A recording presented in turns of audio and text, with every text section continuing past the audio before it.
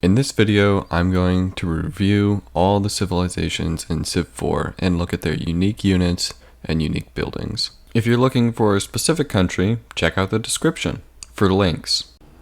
Remember that you can do things to support my channel and get more content. Celtic.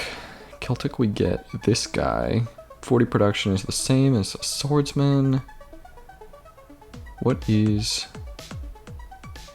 Oh, it starts with Guerrilla 1? What is Guerrilla 1? Hills Defense.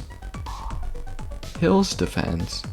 What, so that you can make it Guerrilla 3 and get 50% withdrawal chance?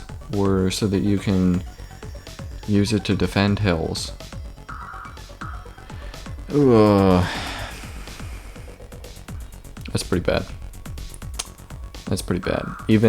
Well, I guess you can make it defensive, and then it's like really good at defending hills.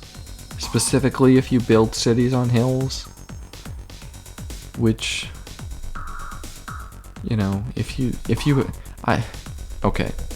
the Celtic and you are building cities and you notice that like Montezuma is next to you, and so obviously you're gonna have to fight Montezuma. I guess you could build cities near him that are on hills and then put these guys on them. And that would be a good deterrent against Montezuma in this era until you have to upgrade to Maceman. Well, actually, then the Maceman would have Guerrilla, and they would be pretty good. So it really doesn't leave you no better until Rifleman. Okay. Oh, you can build it with copper. That's good. That's actually really good.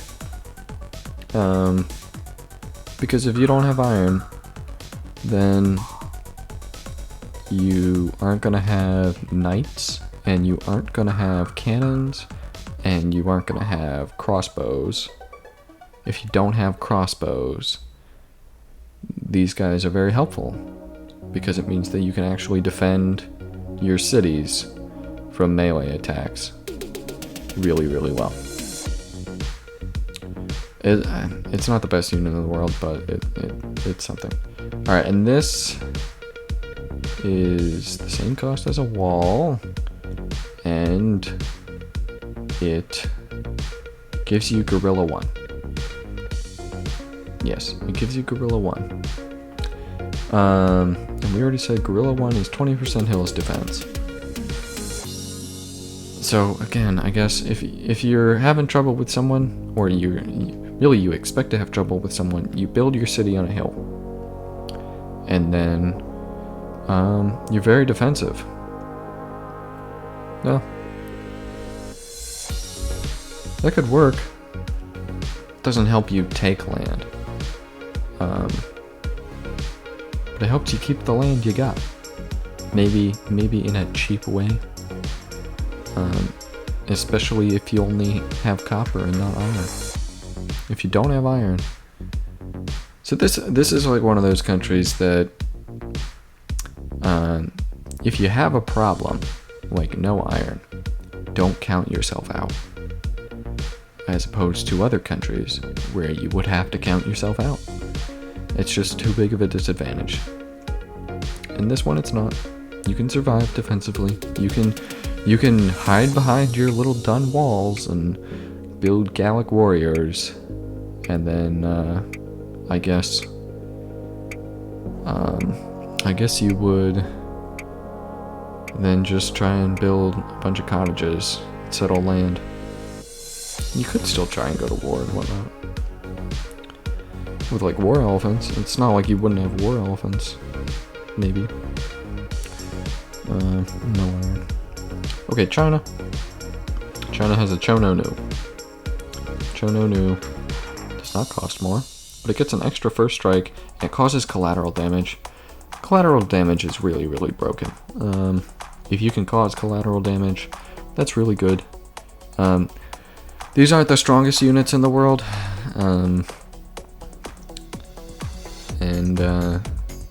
It didn't make it any easier to build them, but it definitely justifies bringing them in your stack. Maybe it means you don't have to lose as many trebuchets. You can lose some of these guys. Trebuchets, I think, are more costly. I don't know. You're probably doing this with like catapults. But catapults aren't very good. The issue with these is that you're not gonna have city attack, so they still might not have very good odds. They still just might die, and then just cause some collateral damage. And in that case, I guess they were cheaper than a trebuchet. Pavilion. This is still 50.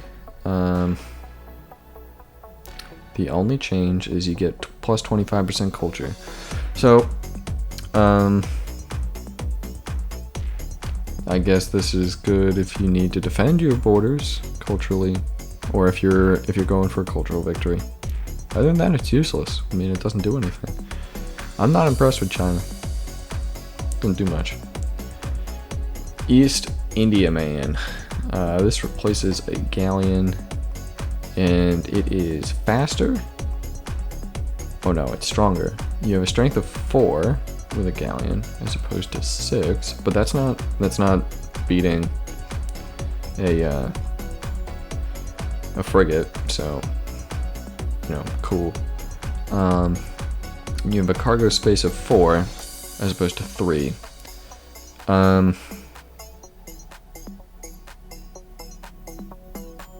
I don't think that's very good. Maybe, well, that's probably because I play on marathon games when you have plenty of time to shuttle units back and forth. If you're not playing on marathon, if you're playing on normal, then movement speed is a big deal, and boats help movement speed. And movement speed is a big deal because it can take centuries, literally centuries, to move your army and attack someone. So if movement speed is a bigger deal, then you want to use boats to, cut that movement speed down. And if you don't need to use as many boats, because they aren't completely useless in combat, and they hold 4 people as opposed to 3, I mean, that's 33% more capacity. That's 33% less boats. And boats cost money. So they cost production to build that you're not building units. So look at that. There's an application for this. Yeah, there's an application. Okay, a dike instead of a levee. This is incredible. It doesn't even matter that it's relatively late game. This is incredible. Steam power takes a while to get, but you can build dikes everywhere. You don't have to worry about whether your city was built on a river. If it was built on a coast, you can build a dike and get the +1 production from the water tiles and the river tiles. It's basically like the Maui statues everywhere. You can get so much production from this. The 180 cost is nothing compared to how much extra production you get from this. This is like turn the tide of things. This is so good. This is probably one of the best buildings. So Dutch, pretty good.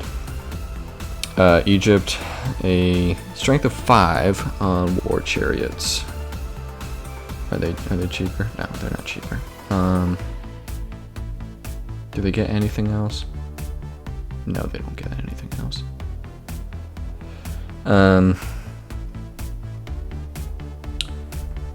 This, I don't think that this is even enough to destroy an archer. An archer has a strength of 3. it gets plus 50% city defense, right? I think it gets plus 50% city defense. Yep. So that brings its strength to 4.5. It's gonna fortify. That gives it another 25%.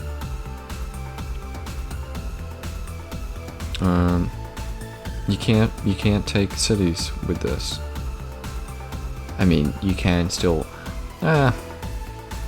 If you can do an Axeman rush against archers, I suppose that means that you can do a chariot rush with enough of them. They're cheaper than an Axeman, so you could possibly build more of them.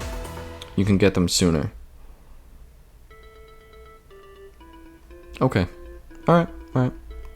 That has a viable use. That's not terrible. Obelisk. Turn 2 citizens into priest. Yeah, that's the only change. I think it's similar comment to the Arabian they're building. You could turn 2 citizens into priests. However, with Egypt, you can build monuments sooner, so you can benefit from that sooner. However, you don't normally build a lot of them. I guess that there are times when you could build a lot of them, as opposed to libraries. If you knew that libraries weren't useful, but you still needed the extra culture, I guess with Angkor Wat it could be helpful, but then these are going to obsolete with astronomy. I don't think that these are as helpful. Although you can, if you're not going to do well, I guess you could do both. An early game, try to get a priest or 2 to get a religion, and then get the holy building for it to get the money while doing war chariot rush. It could set you up in a pretty good position. Okay, Egypt is alright. I think it might be one of the better ones. Redcoat. 25% against gunpowder units. That is broken. That is broken because the only units in this time period are riflemen, which cost the same, by the way, which are gunpowder units. Cavalry, which aren't going to want to fight these redcoats because of the boost against mountain units. And grenadiers and cannons, and that's it. Grenadiers have a bonus against riflemen. I think it's a 50% bonus, so that brings their strength to 18. 25% bonus against gunpowder units is going to bring your strength to 18.5. So gunpowder, so grenadiers, not a problem anymore, or at least not a terrible threat. That's really good. You can draft these, which is really, really good. It's a bit later in the game, but if you get these quickly and draft them, you can just go on a rampage and win.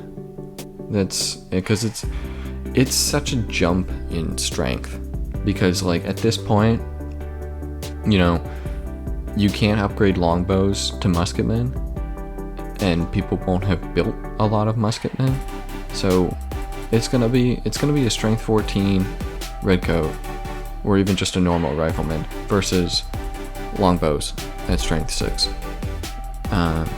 So this can do a lot of damage. So that's pretty good. I mean, it's not. I don't think it's game breaking. I don't think it's as good as the Cataphract would be, because it's situational. It's only when you're against gunpowder units. But I think that you have a pretty strong likelihood of being against gunpowder units. Stock exchange, extra 15% gold. compared to a bank. It's the same cost. That's really good. I tend to build a lot of banks because I can justify the cost normally, and this just makes it easier, and it makes the banks that I build a lot better. England, pretty good. Doesn't come in until later. Doesn't help you in the early game. So if you need help in the early game, this isn't the one. But you know, this can, if you can hold on until this time of the game, you can climb for a comeback with that. Okay, Ethiopia, Oromo warrior. What do you do? You cost the same, but you get a first strike, immune to first strikes, and you get drill 1, drill 2, which is 1 extra first strike chance and 1 extra first strike, and 20% less collateral. 20% less collateral is probably the bigger bonus there. Although 1 to 2 first strikes plus 1 is a sum of 2 to 3 first strikes. I guess that can make a difference. You're pretty good at defending. Sad thing is that you have to build all of them. You cannot upgrade longbows to get these. That's disappointing. So it's unlikely that you're ever gonna get a lot. Because then you're just gonna end up with riflemen pretty soon. A steel.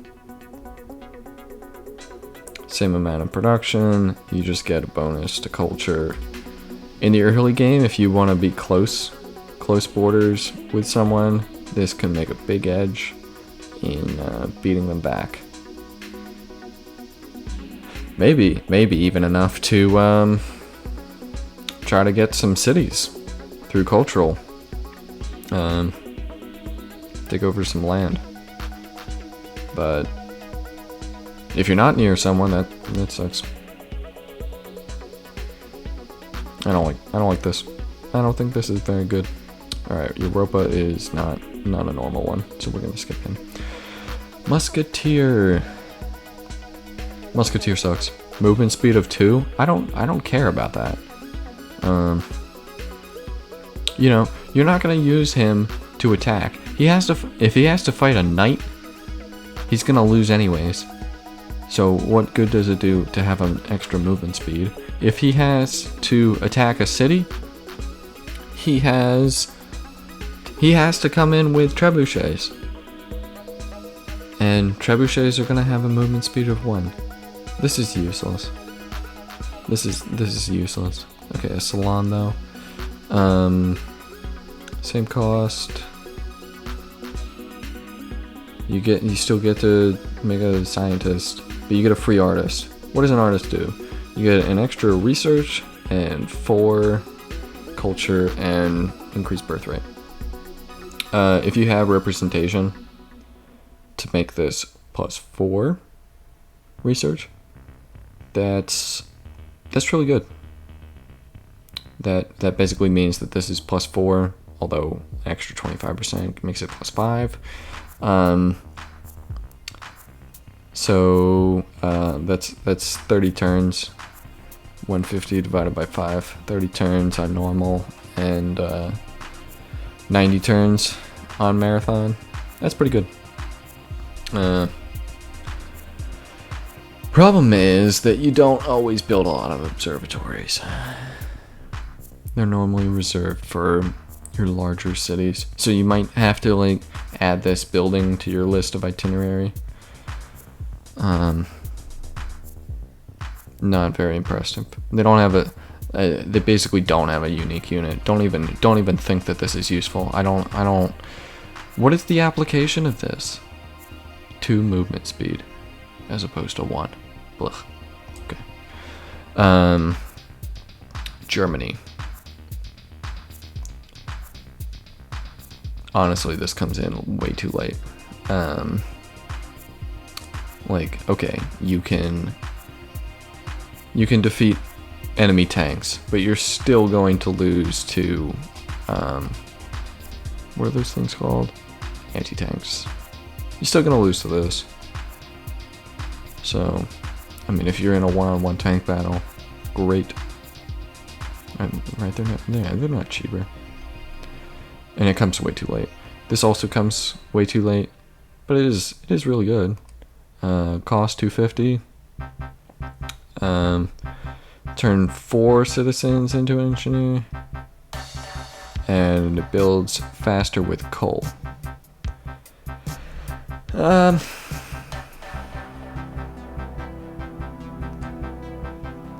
Yeah, that's it.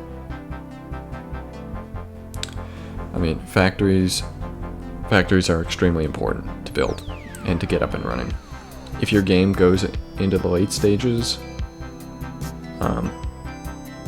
which I don't know, if you win the game with Germany before the late stages, it's because the land carried you, and this did nothing for you. I find it unlikely that this would actually give you an edge that could win things. You know, as opposed to the Dutch. This could give you an edge that you could win the game. If you were like neck and neck, you could win the game with the Dutch. I don't think that you can win the game because of like, oh, if I have coal, I can build this faster and then turn more citizens into engineers. I guess if I'm going like representation for the extra research, and then I build a ton of farms with biology for the extra food. I have all these engineers now with my very unhealthy population. I don't know. I don't see it really throwing you over the edge. Greece, 100% events versus chariot. Nobody builds chariots, so who cares? I mean, no, nobody builds chariots. You like, okay, you can defend a city with, I guess, 2 of these guys, as opposed to this guy and an archer, or this guy and a spearman. As a, what good is a chariot? Maybe if they don't have horse archers, you don't need to bring spearmen when you attack. Which, if you're doing an axeman rush, you have to waste production on spearmen if they have horses. Which means that if you don't have to build the spearmen, you can launch your attack sooner. There is an application. That seems pretty niche though. Audion replaces the, oh great, another Colosseum replacement. We get, what do we get for this wonderful building? +1 happiness and 3 culture. Oh,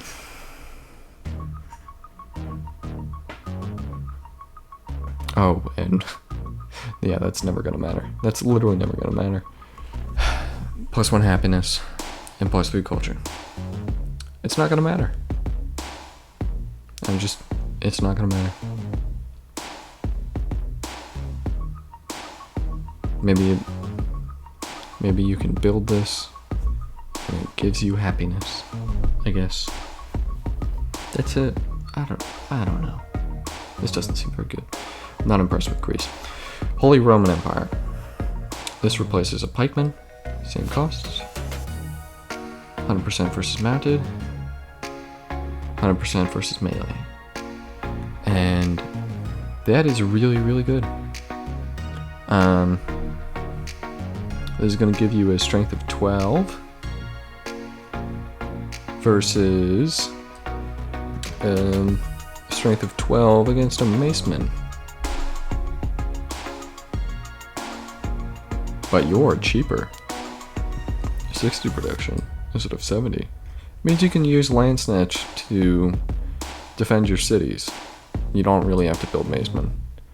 I don't think that you would really attack with these.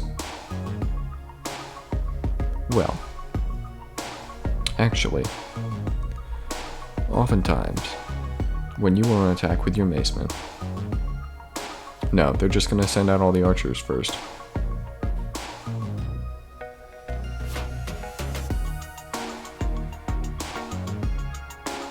Maybe you can use these guys to defeat all the archers. Right. If you're against a defending stack in this era, they have longbows, they have macemen, and pikemen, and hopefully just horse archers or war elephants. Now, if you use your trebuchets to weaken everything,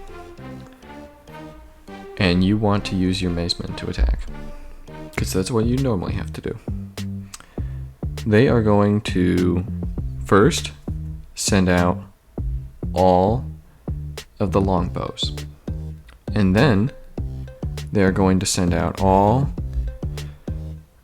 of the horse archers. And then once all of your macemen have moved, you will have to use pikemen to try and beat back their defending macemen.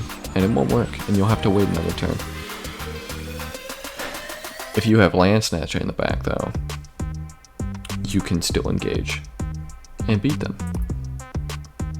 That's pretty good. I think that works.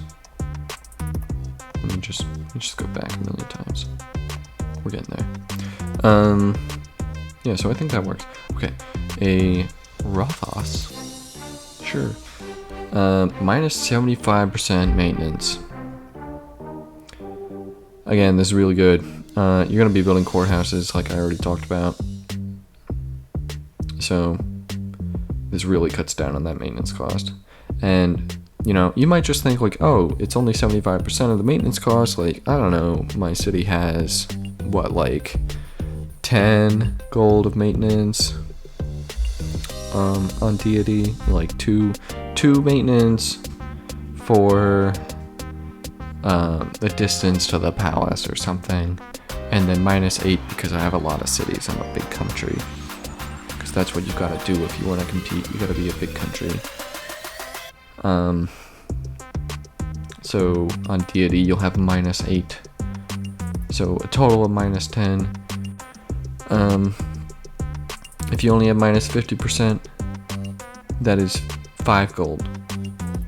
But it's not really 5 gold because there's inflation. Maybe at this time there's like 25% inflation. And then so maybe it's like 6 gold, 6 or 7. Whereas this, it cuts it down by 7.5 gold on that maintenance. And then that turns into like 9 or 10 gold in terms of total. So that's really, really good. That's some extra gold that you can use to justify building this. And then if you happen to be big into corporations in the late game, this makes them really, really, really cheap, which is amazing. That's really good. That's actually really, really good. Again, probably one of the best buildings. Thanks for joining, and tune in next time.